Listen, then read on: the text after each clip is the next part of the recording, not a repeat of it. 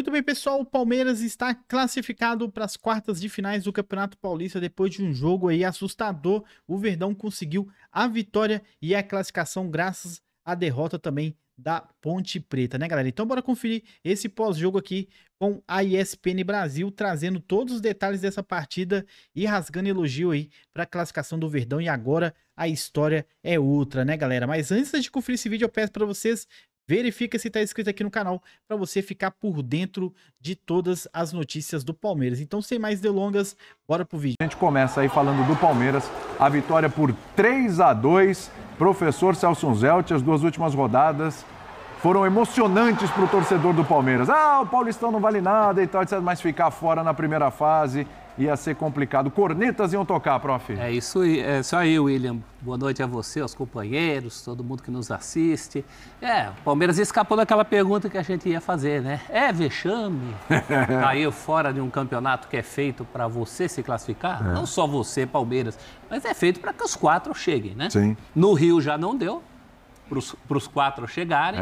Daqui a pouco a gente fala disso, tem o Botafogo fora. E em São Paulo, toda vez que um fica fora, vexame talvez varie um pouco, dependendo do caso e da maneira, mas decepcionante sempre é. Né? O Palmeiras hoje, a vida é assim, às vezes você faz muito esforço e não consegue o seu objetivo.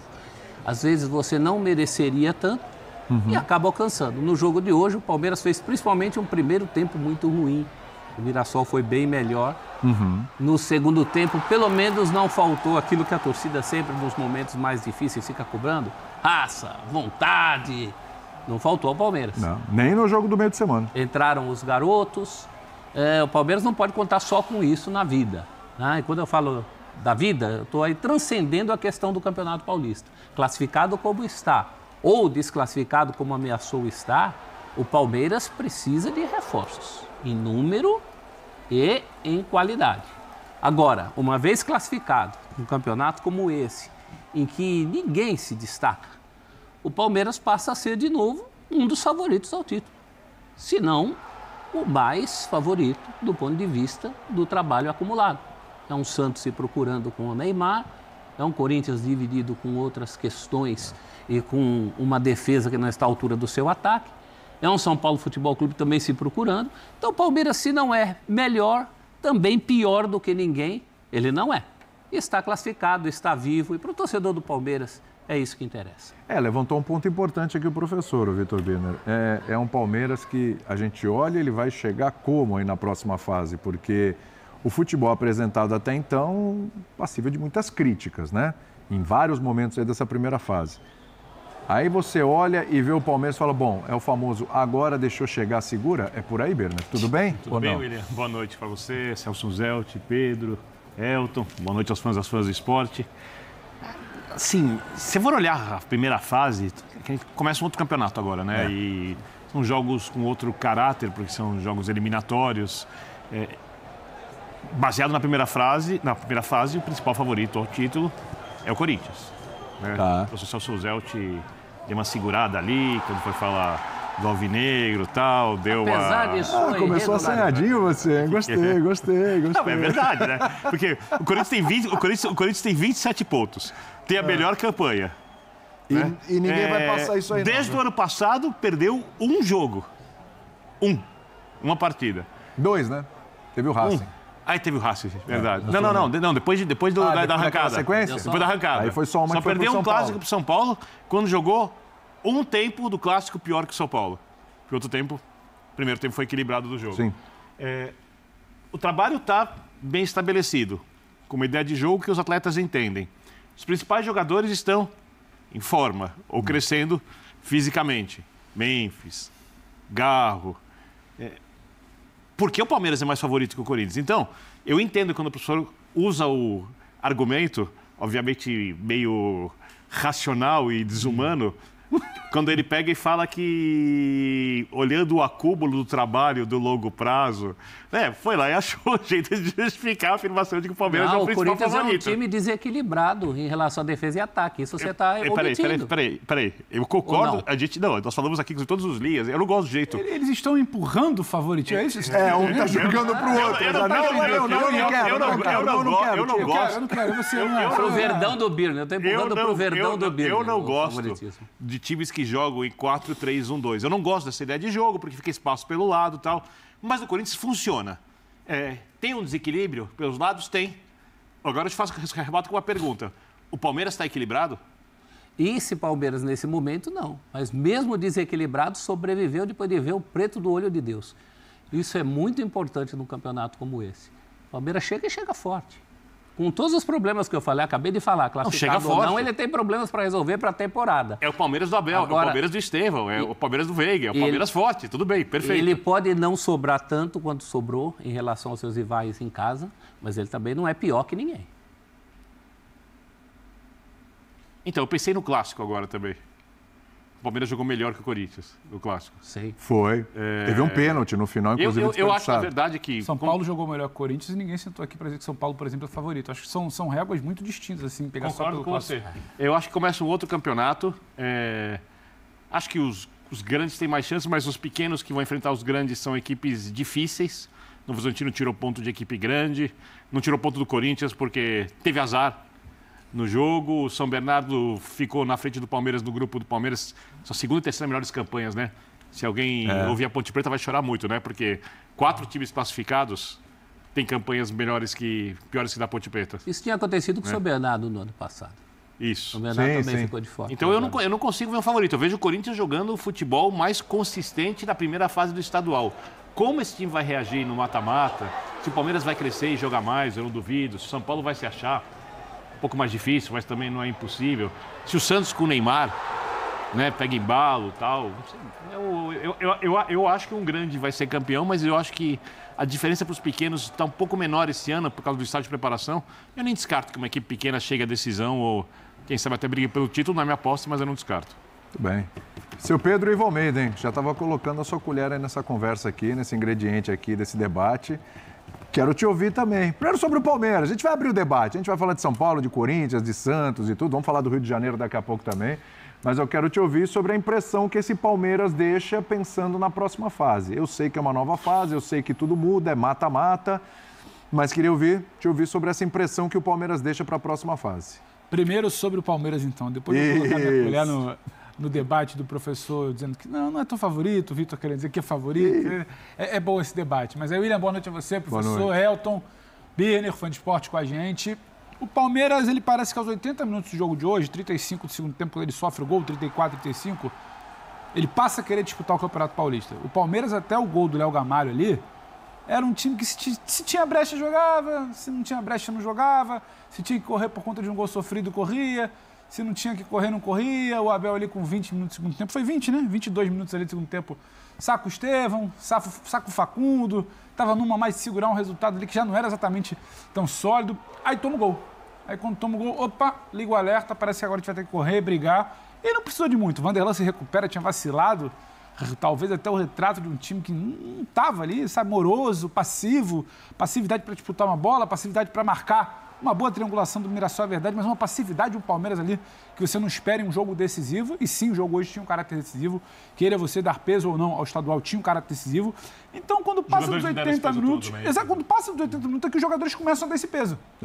E não eram os principais jogadores. Aí teve o cruzamento, teve o gol de cabeça, o Palmeiras está classificado e aí eu tô com o Birner.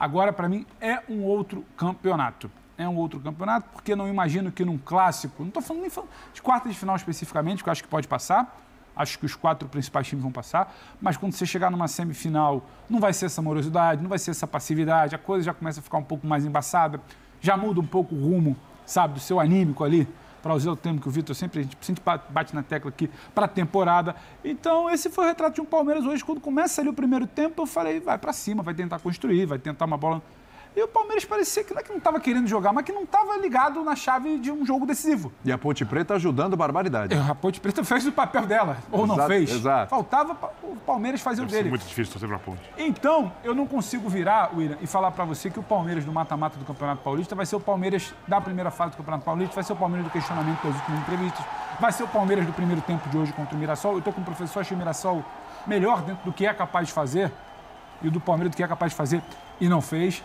Então, acho que o papo começa a mudar. Agora, eu esperava um pouquinho mais do Palmeiras hoje.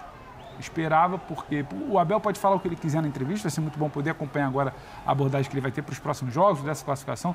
Ele pode falar que era um campeonato satisfatório, que foi o termo que ele utilizou no meio de semana, para dizer que o Palmeiras vinha bem. Só que quando o Palmeiras é chamado a um confronto decisivo, é bom lembrar, contra um time de Série A agora, e tinha até o que o Abel poderia ter de melhor disposição, de jogadores à disposição em campo hoje, eu achei que eu queria ver um pouquinho mais do Palmeiras e eu não vi. As bolas que você pensa que o Estevão vai ter alguém para se aproximar e se associar, a jogada não existe. Sabe, a criatividade, ela não existe. Sabe, o comprometimento com o jogo, que eu acho que é o mínimo que você pode entregar, ele também não existiu tanto assim no primeiro tempo, no início do segundo ali com gol. Mas acho que agora o papo vai mudar um pouquinho para Palmeiras, vai mudar um pouco para São Paulo também, que eu acho que em algum momento vai ser muito questionado. Acho que o papo vai mudar um pouco também no Rio. E acho que é isso que dá para tirar dessa primeira análise de Palmeiras hoje. Porque, Elton, se a gente pensar nos grandes desafios que o Palmeiras teve, os clássicos dessa primeira fase, em nenhum o Palmeiras foi inferior mesmo. O Palmeiras foi superior ao Corinthians, teve pênalti, acabou desperdiçando, foi superior ao Santos. E, se não foi superior, também não foi inferior ao São Paulo. Foi melhor que o São Paulo. Né? Foi melhor que o São Paulo. Então, assim, é esse tipo de confronto que o Palmeiras vai ter a partir da próxima fase. Claro, tem o primeiro confronto é contra o São Bernardo, que é fora de casa, inclusive. Não sabe se vai passar ou não, qual a resistência que o São Bernardo vai oferecer ao Palmeiras. Mas é esse tipo de jogo onde o Palmeiras correspondeu que ele vai ter pela frente agora, Elton. Tudo bem? É isso. Boa noite para você, William. Boa noite, companheiros, fãs de esportes. Estava olhando aqui a classificação geral. O Birner falou da classificação da Ponte Preta, né, quarto lugar. O Palmeiras poderia ter sido eliminado com esse quarto lugar, né? E o Mirassol, o adversário do Palmeiras, classificou em nono. Sim. Então, acaba, de fato, sendo um campeonato que tem essa disparidade, tem essa incongruência. E olhando para a tabela, a gente partindo para os números do Palmeiras, se você pegar qualquer um desses jogos que você citou, lá de números, posse de bola, finalizações, passes certos, chances criadas, aproveitamento em bola parada defensiva, ofensiva, o Palmeiras vai ganhar em quase todos os quesitos, porque é um time que tem identidade. Eu acho que o que sustenta o Palmeiras nesse trecho da temporada é a identidade que adquiriu com o trabalho desde 2020. Isso a gente não pode deixar de levar em consideração, porque mesmo com tantos desfalques, até o jogador que chega e que entra, né, foi o caso do Maurício, né, já na segunda metade da temporada passada. Sim. É o caso do Facundo Torres, nessa temporada também. Você tem um time onde o jogador chega e não tem tanta dificuldade para render minimamente o que ele tem de potencial para o time coletivamente funcionar. Então, por isso foi equilibrado nos clássicos, por isso conseguiu uma pontuação razoável para esse início de temporada, mesmo com tantas mudanças, perdas de jogadores, né, chegadas de outros que nem estrearam ainda, é o caso do Paulinho. Um time desconfigurado no sentido de identidade. O Palmeiras, em alguns jogos, emulou o que a gente viu nas últimas temporadas. Lançamento do Gustavo Gomes para casquinha do Flaco Lopes e um ponta entrando para finalizar. Bola no Estevão para ele tentar abrir campo, para fazer um cruzamento para a área e alguém que vem de trás aproveitar. Rafael Veiga cobrando falta na cabeça de Gustavo Gomes, cobrando escanteio para um zagueiro atacar a bola e a melhor bola parada da América do Sul durante algum tempo funcionar. Então o Palmeiras tem elementos que não se perderam. E isso é que ajuda o time a estar nesse momento entre os favoritos, e eu considero um dos favoritos, o título paulista, né, a conquistar o tetracampeonato paulista. Mas aí é aquela coisa, isso se sustenta até quando? Né? A gente viu o Corinthians melhorar, a gente vê o São Paulo, que em algum momento vai ter que encaixar esse quarteto. Né? A gente vê o Santos, que também alguns reforços estão chegando. A gente está talvez Ainda tem ainda gente pra estrear. fazendo o Santos a quarta força, isso já foi utilizado aqui, inclusive, nas temporadas passadas. Mas a quarta força na temporada passada chegou à final do Campeonato Paulista. E é um time mais forte que o ano passado. E saindo do estado de São Paulo, o Palmeiras encontra hoje adversários que têm se qualificado melhor para essa temporada. Então, o Palmeiras vive de uma memória tática e de um entendimento do trabalho do seu técnico que permite com que o time tenha resultados em âmbito estadual. Mas eu acho que ainda não é o suficiente para fazer o Palmeiras repetir temporadas passadas e ser favorito na prática nas outras competições além do Paulista. Assim, passar da primeira fase agora foi um alívio, uma coisa de ufa, passou o vexame, isso não vai acontecer, passamos e a partir de agora a cobrança é maior, o Palmeiras por ser o tricampeão paulista, por ter o time que tem, o trabalho que tem, o planejamento que tem e tal.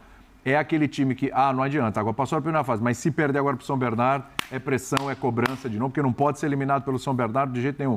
Tem que chegar na decisão. A pressão continua ou o fato de ter passado de fase... Opa, calma, missão cumprida, o Palmeiras tem que pensar em coisas maiores, mas cumpriu a missão aqui. A pressão vai acabar quando acontecerem uma dessas duas coisas que eu vou falar. Ou o time voltar a jogar futebol consistente, forte, capaz de se impor contra qualquer equipe e ter soluções táticas, seja jogando mais recuado ou mais avançado contra qualquer equipe, coisa que não acontece desde o ano passado, não é uma novidade. Mas já deveria estar acontecendo?